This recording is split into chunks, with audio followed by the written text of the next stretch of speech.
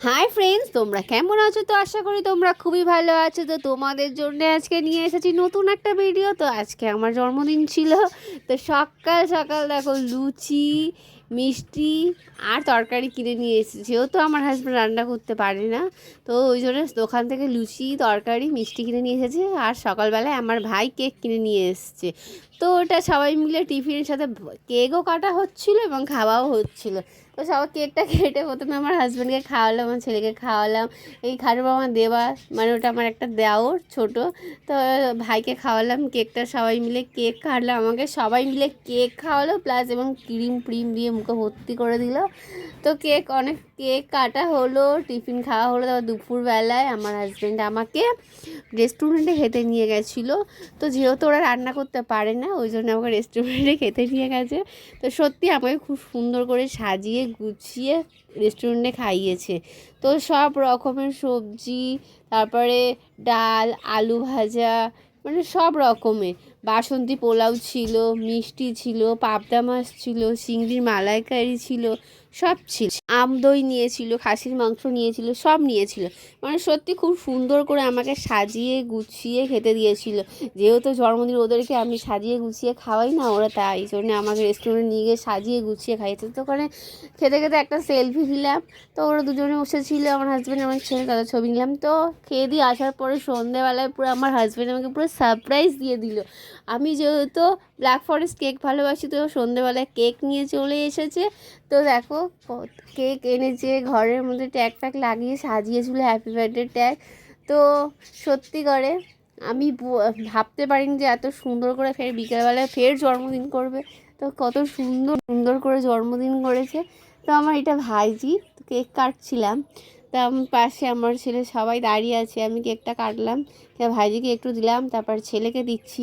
আমার এদিকে মনে মনে একটা ভয় হচ্ছে, আমার ছেলে চুপচাপ দাঁড়িয়ে আছে, তার মানে কিছু একটা তো ভাবছে বা কিছু একটা করবে, সেটাই মনে মনে ভেবেই রেখেছি। কিন্তু সত্যি সত্যিই ভাবছি ও করবে একটু পরে, আমি জানি।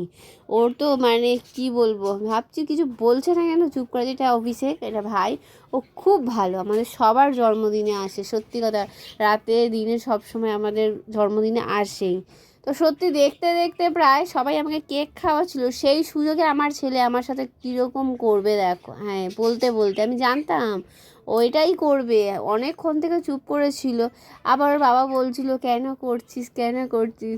আর জানি ও যত বারণ করবো তত বেশি করে করবো। জন্মদিন মানে কেক দেওয়া, এইসবই ওর মানে ভালো লাগে। আরও তো একটা আছে কেক, মানে জন্মদিন মানে স্প্রে স্প্রে যত বলবো দিতে হবে। তাও এবারে আমার কাছে ভাইজি ছিল বলে একটু আস্তে আস্তে দিচ্ছিলো, কারণ যেহেতু অনেক ছোট ছিল তো ওই জন্যে।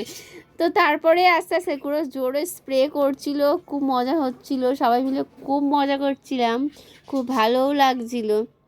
আবার আমার ছেলে কী করলো, স্প্রেটা একটা মামির গায়ে দিয়ে দিল। যেহেতু বাবা বারণ করছিল আর দিস না আর দিস না, কী করলো, ওর বাবাকেই পুরো স্প্রেটা দিয়ে দিল গার মধ্যে।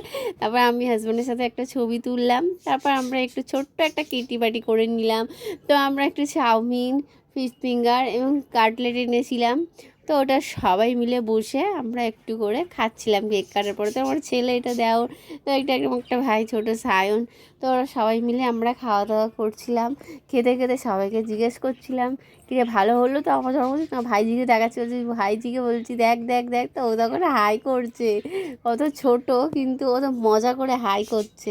সত্যি এখনো কথা শেখেনি, কিন্তু বললে বোঝে, আবার লজ্জাও পাচ্ছে, দেখো কি সুন্দর। তো সবাই মিলে অনেকক্ষণ বসে বসে খুবই মজা করছিলাম। তো আমি সবাইকে একটু করে কোল্ড ড্রিঙ্কস ঢেলে দিচ্ছিলাম। তো চাউমিনের সাথে কোল্ড ড্রিঙ্কস, আর আমার ভাইয়ের বউ বলছে আমাকে একটা লাইক করে দেবে। তো সবাই খুব মজা টজা করছিলাম, মজা করতে করতে খুব ভালো লাগলো। সত্যি আজকে আমার জন্মদিনটা খুব ভালোভাবে কাটলো। তোমাদের যদি ভালো লেগে থাকে তো লাইক, কমেন্ট, শেয়ার করে দিও। তো বাই বাই, ভালো থেকো, সুস্থ থেকো, সবাই ভালো থেকো। সত্যিকারে জন্মদিন আসলে সত্যি কার না ভালো লাগে, আমার তো খুব মজা লাগে, আমার ছেলের তো আরও বেশি।